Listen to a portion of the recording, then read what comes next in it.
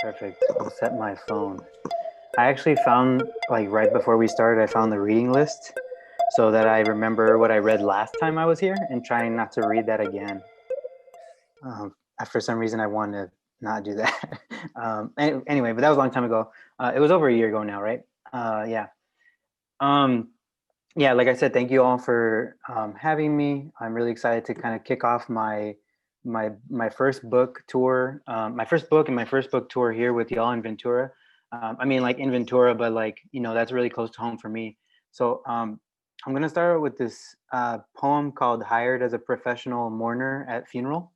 Um, I didn't plan on reading this, but I was looking through the book and I called my mom today at the house and they still live in Pomona, California, where I grew up, and she was saying that they got the copies of the books, and and then my dad was kind of looking through the book and he just kind of looked at my mom and they were really he said something like that he it was incredible that he couldn't believe something like this would happen to someone in his family or something. So, and I don't know, like to me this is just like what I do. I write and I go teach and things like that. So it really meant a lot for um, me to hear that from my dad, well, through my mom. So yeah, so the first poem is called "Hired as Professional Mourner at Funeral."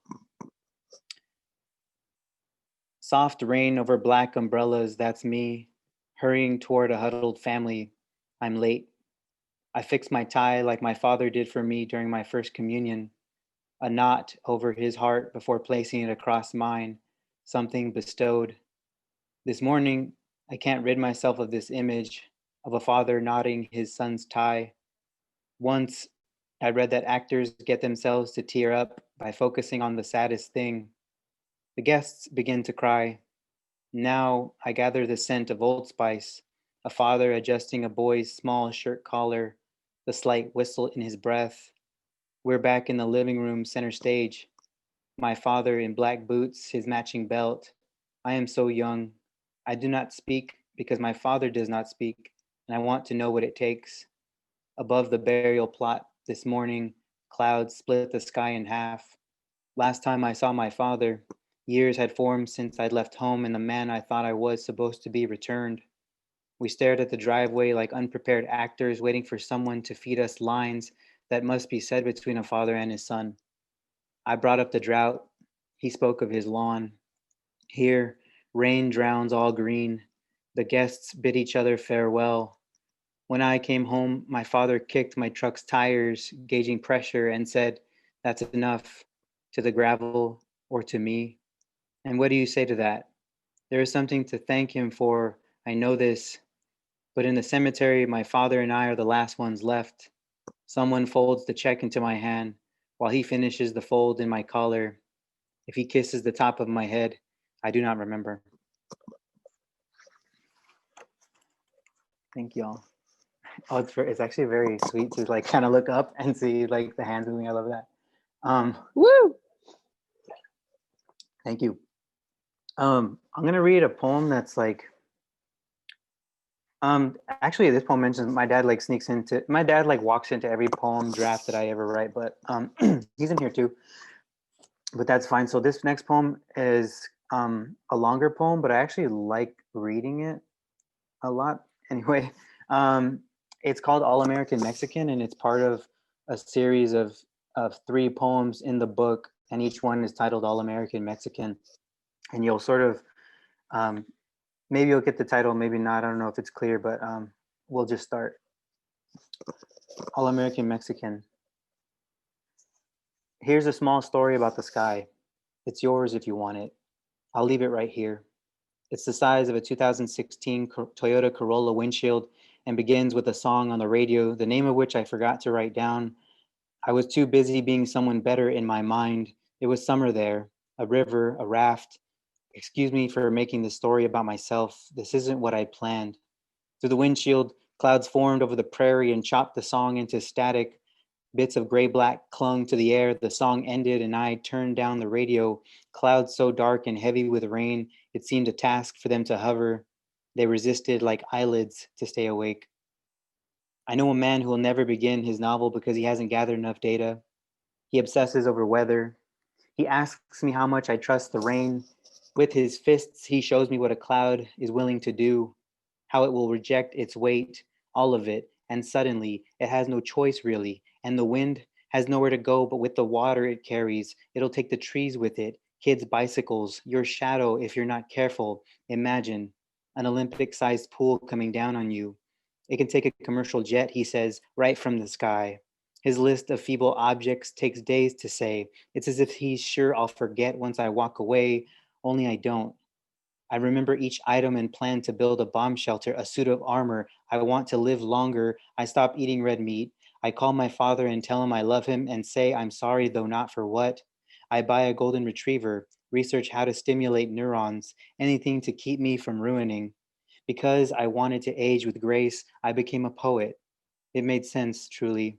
I could not see myself age into, say, boxing, stepping into the ring weak and sleepy with a cane, but in poetry, I saw a casket to ease my failing bones into.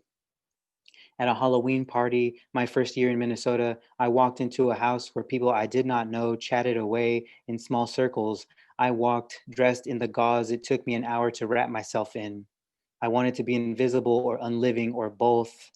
I met a woman and told her about California. When I mentioned my homies, she laughed. I stared. She stopped and said, "Oh, you're serious." Later, a shirtless man in a mask held up a styrofoam sword and asked me and my homie slash white friend if we were a couple. Through his eye holes, he followed my tired arm over Brad's shoulders. I paused. I said, "We're just a couple of guys drinking beers."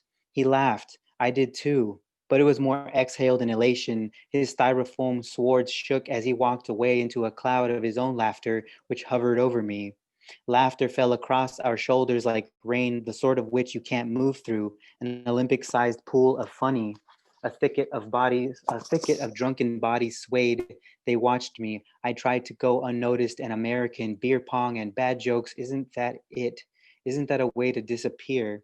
But they did not know who I was, where I was from, or what brought me here. I had to explain what they were seeing.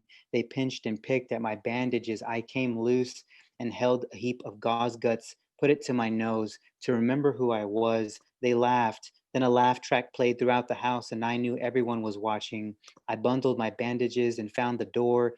It was that simple. At least I believed it to be, and so for a while it was. On stage, I tell the audience where I grew up, what that means. I point to my chest. That's what poets do. Somehow, we end up at love, every time. How it fails, how it saves, who it belongs to after all. When it's over, someone approaches and thanks me for my story. There's nothing to say to that, so they continue with how glad they are I turned out all right, growing up the way I did. This is how you become an artifact with ears. This is what I've come to warn you about. I'm just a poet who knew he couldn't put on the gloves forever, who knew one day he'd be too tired to lace up and would only want to ease his body into a small, closed off space.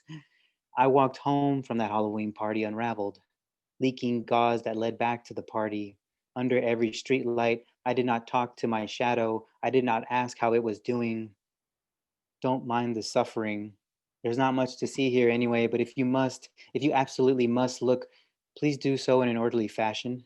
The line starts right over there. Keep your voices to a whisper. Whoever gets used to this sadness first wins.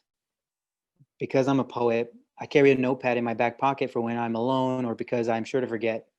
Once back in California, my homie saw me pull the pad out and called me the sensitive poet. Therefore I was. It didn't surprise me now how easily I come apart. But around the guys, he traced a tear down his cheek. My homies chuckled with their chests all muscle tee and tattoo.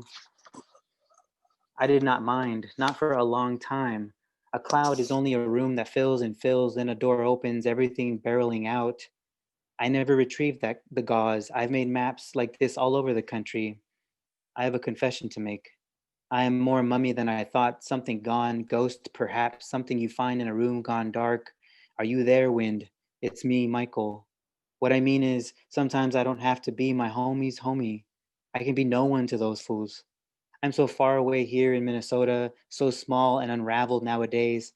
I am not what they remember. I see it in their eye holes. Somehow I am less. And when I say homies, I'm talking about those Southside Pomona homies, right by the 60 freeway homies, down the block from Tom's Burgers and across the street from where Nacho Moreno got hit by a car on his way to 8th grade one morning, homies, by where Nacho's shoes flew off, and we joked about size 10 pumas growling through the intersection. That's fucked up. Right there is where I grew up. That driveway and the sidewalk where my homies parked. The homies I'm trying to tell you about. I'm leaning into an apology. Trust me, I'm a poet. There's always something to reach back for.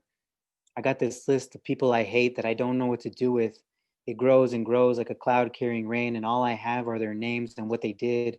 I fold those pages into my back pocket, right next to my notepad where all the unwritten poems gather when I cannot sleep. I lean to the right because of these people I hate, because of these poems I can't finish. When I sit, I always think I'm going to fall over, but I don't. I'm still here. Fuck your butterflies, your lilacs and sunsets. Fuck your hillsides, your candlelight of fear. I'm building my own country. It looks like my 7-year-old self rocking a Looney Tunes Raiders tee and throwing up the west side. My country doesn't speak Spanish, but it knows when you're talking shit. My country fits onto this very page. My national anthem keeps getting remixed. We're working on a website. This is American manufactured masculinity at its finest. And yet, I am responsible for the raised trumpets, the snapped into Slim Jims. I am responsible for the mutation of the word triumph, for the igloo cooler heavy with beer bottles and an ocean of ice. In the dream, my homies don't recognize me. I show them my tattoos, but nothing. I name the scars on their bodies and tell them where we were when it happened and what we learned that day. Jesse takes the longest to convince. Remember watching Knight Rider after school every day for 2 months until the doctors left the grave of staples from where they pulled the screws? This morning, thunder woke me and I knew it was only God. This doubt, it is so American. Still, I walked outside. Of course, all the neighbors were there in their bright parkas. Fools. I wore my armor ready. We tilted our heads and kept our eyes open for the heaviest rain. Gray-black clouds paraded the sky but did not speak. Far off into the western distance, where it was still night, flashes of light showed us the valley's teeth. We turned away, knowing it was useless. At the door, I could smell coffee, but understood it was only my memory of coffee, something I wrote down once, something I added next to a list I don't know how to finish. All right, I'm at like 12 minutes. I think I got time for, I got time for one more. Yeah, let me do one more. This book came about because I was trying to write it for, or I just want to like tell the stories of people I grew up with. And there was one particular friend in high school that I had who was like got me into well, he didn't get me into graffiti, but like I admired his obsession with graffiti so much that I became more fascinated with graffiti because he was just like the best graffiti artist I knew around, not even just my school, but so this poem was written like thinking about that time and him in particular. So I'll end with this one. It's called Elegy with Puppet Strings. In high school, there was a boy who went by Dyer. Out of respect, and because he was the best graffiti artist I knew, I never called him by any other name. This memory comes with the end of an afternoon and an 87 Corolla idling by the curb waiting for us to go. There is no other way you can have it. I learned long ago that a name can be written down on anything and stay. Dyer, for example, holding an empty spray can, traces his name on the sky. I still see it. And when it stays with me long enough, there I am, again at my desk in 10th grade geometry, hunched over ripped graph paper. The voice of Mrs. Graham rises behind me. She yells about the circles I can't draw with the compass. Watch mine curl out in spirals. Every small loss blossoms, and there's no way to contain any of them. Not the Corolla I had until the axle snapped, not Dyer's wrist as he practiced his name. Even in class, Dyer, whose indifference for police sirens bouncing around those nights we spent painting, somehow calmed me too. That was the year I was no one and realized it. So I followed him into train yards, rattling. I used to believe what we left came back like a circle in memory. It returns altered. Dyer and the silvers we stole from the 99-cent store, how we coughed over the clack of marbles in cans fit against our belts and bellies all the way out to the parking lot where our homies waited in the Corolla in case we had to run.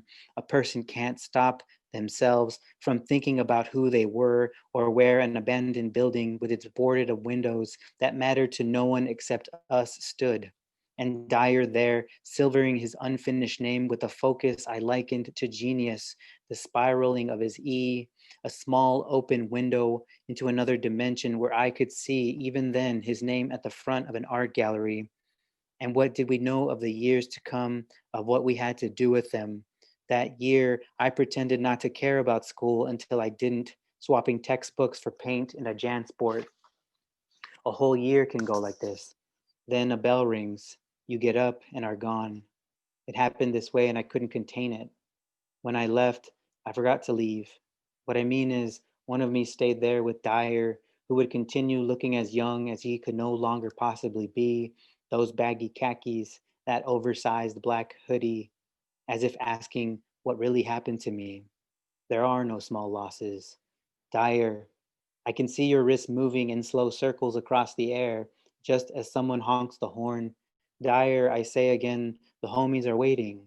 You look down to where the birds have left the branches nodding, and you say to me, why not let them? Cool. That's the time. Thank you all very much.